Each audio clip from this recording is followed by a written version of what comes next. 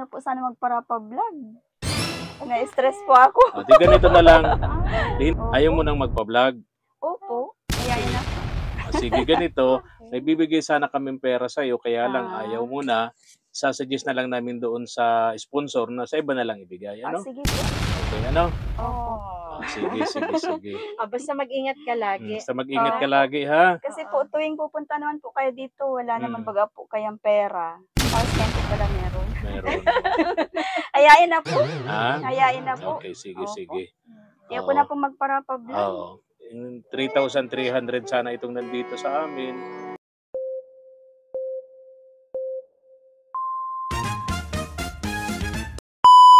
Subscribe to my channel. Good morning, isang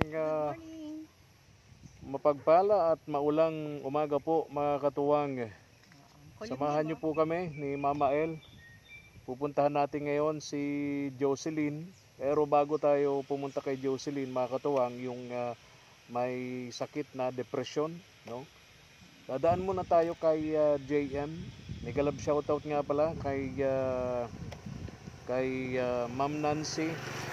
May pinabibigay siya rito. Hello, Ma'am Nancy. Para pambili po ng gamot ni JM ng Kaagapay Vlog. Tara, samahan niyo po kami ni Mama El. Puntahan natin si Jocelyn. Jocelyn. Pero daan muna tayo kay John Mark. Yes. Mama El, kay JM and Giselle, mga katuwang. Tao po. Pinabibigay si Ma'am Nancy pambili ng gamot ni JM. Tao po. JM, Giselle. Tao po. Dito naman yung motor. Tao po. JM, Giselle. Tao po. Uy, kumusta ka? JM. Ayun. Galit siya. Ito si Chichi. Saan si Giselle? Tulog. Pagod eh. May pinabibigay si Ma'am Nancy sa iyo. Pambili mo daw ng gamot ito. Ha? Thank you po. Thank you po, Ma'am Nancy. God bless always po, Ma'am Nancy. Thank you so much po. Kumusta pakiramdam mo? Okay na po. Pwede na nga po mag-vlog. Very good. Kaya na po. Kaya huwag sa ganitong init, huwag kang sasagasa sa ganitong init. Sobra, no? Hektek masyadong init. Siguro, yung umagang-umaga, early morning, o kaya naman ay after 5 o'clock, no? 6 o'clock, ganyan, no? Hindi na masyadong kainitan. Huwag mong, tawag doon, puwersahin o biglain yung katawan mo, no? Okay, ito, bili ka ng gamot dito. Ito, Mark. Sabi ni Ma'am Nancy, Thank you so bili much ka ng po. gamot mo. Salamat po, Ma'am Nancy. And God bless always po, Ma'am Nancy. Bibili ko pong gamot. Salamat po. Yung gamot ko po kasi 63,000. Unti-unti po namin nabibili. Madagdag pa yan, ano? Opo. Okay, yung Madami namin gamot pong bibili. diet ka. Malaki pa rin ang katawan mo. Ha? At least boss. Oo. Una pa ng ngipin mo. Nabungi po. Pambihira. Sumabay Di ba nagbagong pustiso yan? Opo. O nagpagawa ng pustiso, sumabay pa. Natanggal yung ipin. Tanggal po. Pambihirang pustiso. Meron kami nga peramin, no? Sige na, alis na kami, ha? Opo, thank you po, Oo. Ma'am Nancy. Thank you po. Sige. God bless po sa iyo at sa family niyo po. Ingat po kayo lagi dyan. Okay, sige. Basta kami, Mark. Alis na kami.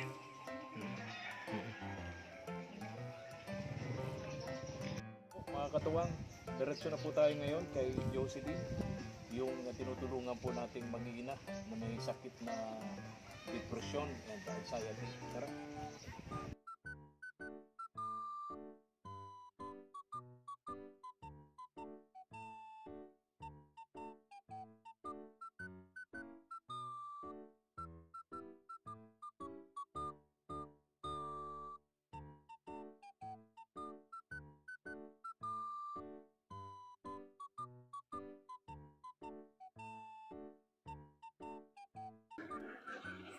Ay.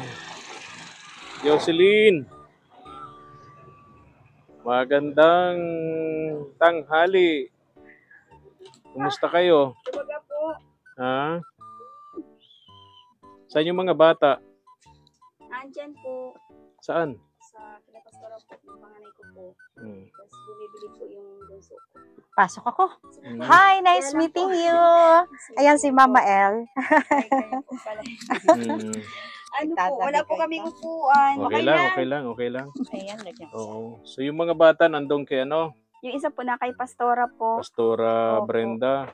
O, kumusta kayo rito? Eto baga po.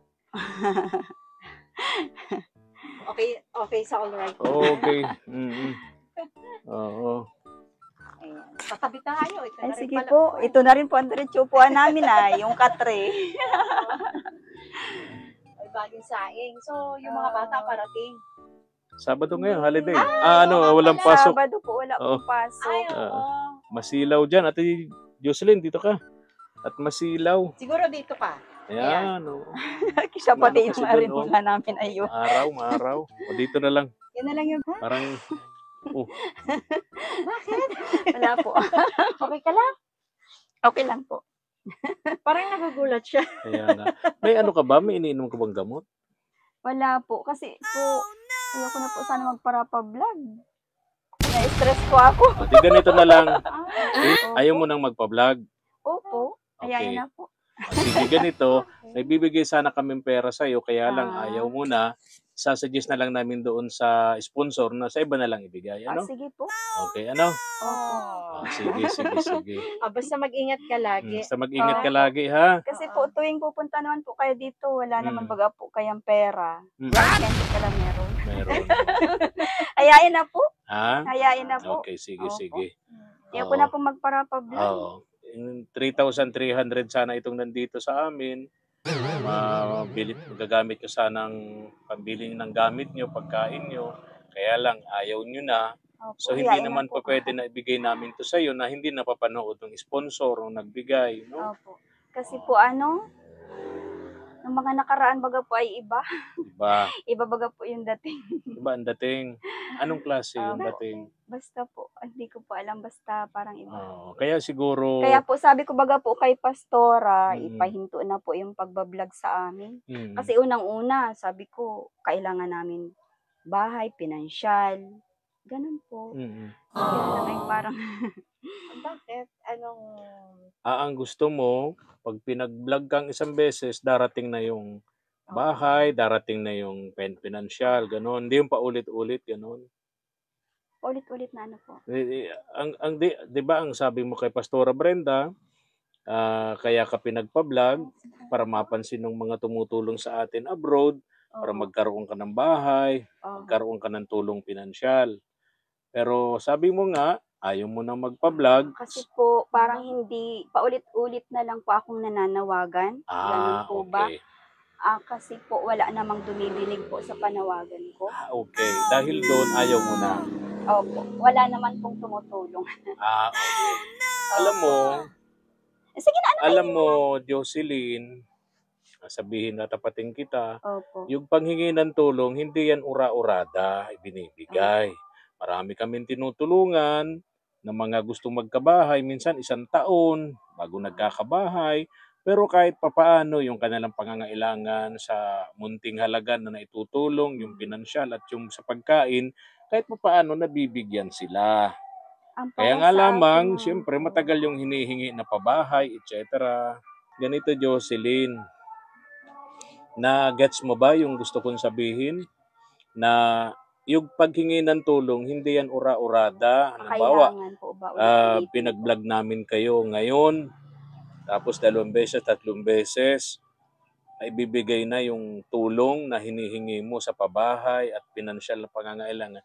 Hindi ganun kadali, no? Hindi ganun kadali unless yung nilapitan ninyong vlogger, mayaman, big time. Kami small YouTuber lamang, umaasa lang kami, nakasandal kami sa mga sponsors namin abroad. Kapag sila yung tumutulong, magpatayo ng bahay, magbigay ng tulong pinansyal, magbigay ng isang sakong bigas, magbigay ng kung ano-ano pa, damit, etc., etc., napakaraming iba pa. Pero, Jocelyn, hindi yun agad-agad na ibibigay. Kahit 'di ba, kahit baga, alam mo naman yan, kahit si Lord, pag nagdasal ka kay Lord, o 'di ba, balik-balik ka na sa simbahan, araw, gabi, nagdarasal ka, humihingi ka, hindi naman agad-agad binibigay, 'di ba? Hindi naman agad-agad 'yun na ipagkakaloob, 'di ba, Mama El? Lahat Oo. kasi may process. Lahat, Kasi, oo. kumbaga, ano, Lahat ni may Lord, di ba? Lahat naman. lahat pinaprocess 'yan. Oo.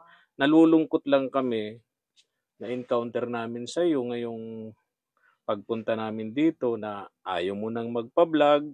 Sabi mo kay Pastora Brenda, no, sabi mo, Sinabi ko po kay stop na ang Pastora, opo, kasi po, sabi ko, kailangan namin ng pinansyal, ng bahay.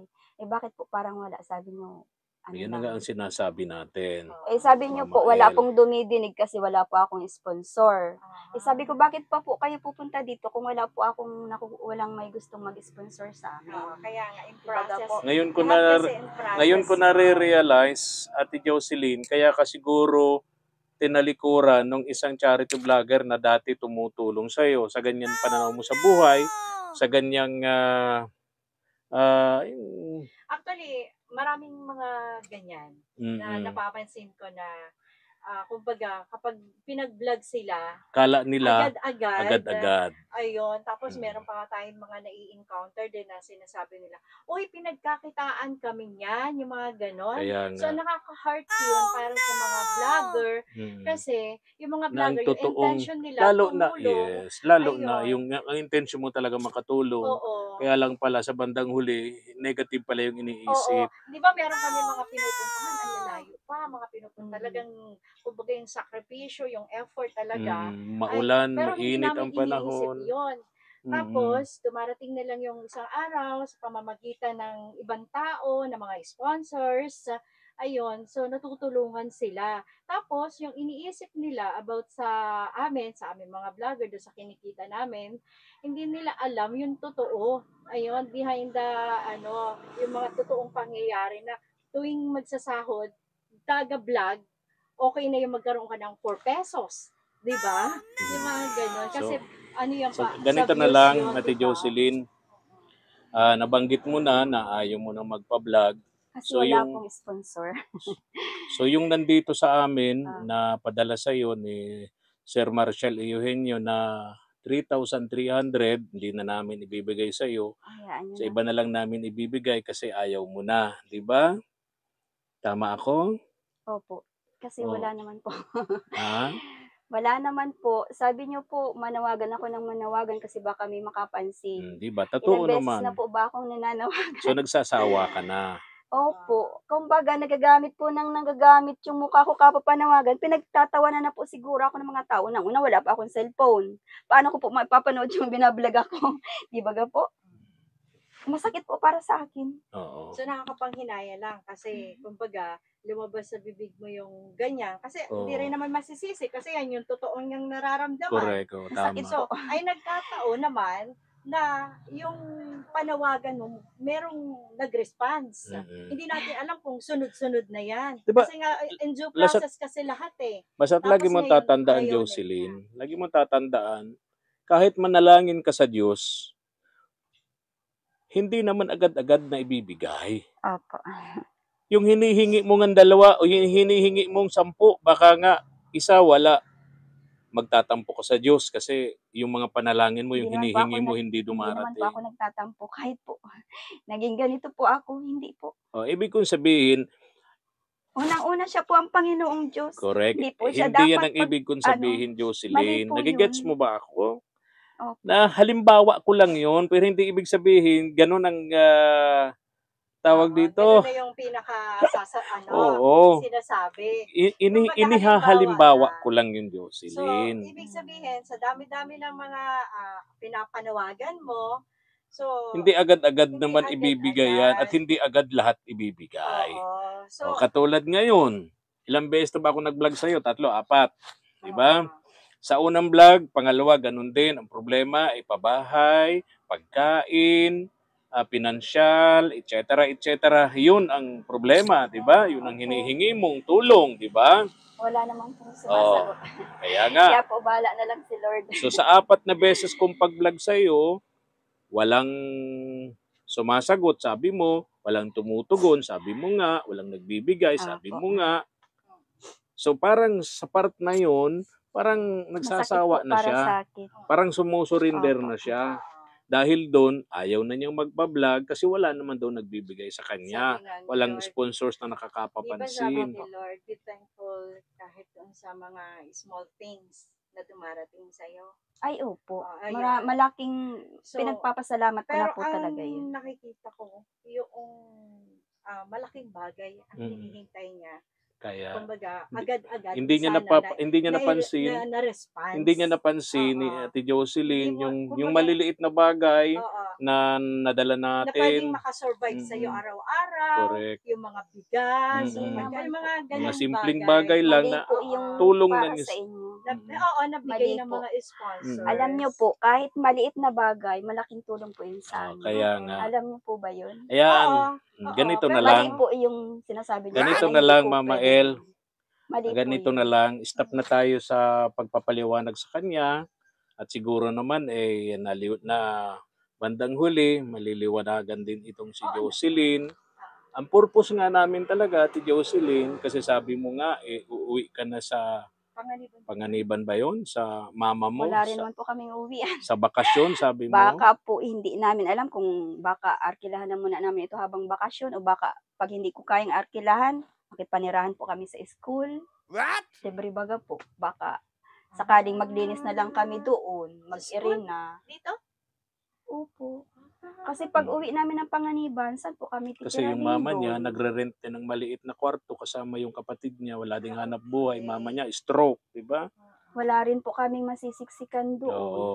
Kaya ang talagang pinagpe-pray ko dito kay Ate Jocelyn, sa tulong ng ating mga katuwang abroad, maipagawa natin kahit maliit na kubo-kubo. Okay. Kaya nga lamang syempre, may kaisipang ganun si Ate Jocelyn na dahil sa sunod-sunod na mga pag-vlog sa kanya, wala namang tumutugon na sponsor para mapabahayan siya, para mabigyan siya ng pera. So sa ngayon, sabi nga niya, ayaw na niyang magpa-vlog. Stop na, tama na. Nakwento mo kay Pastora Brenda. So, ganito na lang. Nitong mga huli, may mga nagko-contact na nga sana sa akin, Ate Jocelyn, na naawa sa iyo, sa pamilya mo, kasi may sakit ka nga. Sakit mo, depresyon. Ang gusto nung isang nag-contact sa akin, maipagamot ka, mabilang ka ng mga gamot, kasi naawa siya sa mga anak mo. Kung sakasakali magkasakit ka, paano yung mga anak mo? Kaya, Oo. Yan ang inisip ng isang nag-contact sa akin, nasa abroad din siya. Tapos nitong huli, nag-contact naman sa akin, si Sir Marshall Eugenio, bigyan daw kita ng 3,300 na cash para magamit ninyo mag-iina. Kasi alam ni Sir Marshall Eugenio, Ate Jocelyn, na ikaw ay nagtitinda-tinda ng balot penoy, ibang mga pwedeng mapagkitaan mo dyan sa maghapon, di ba?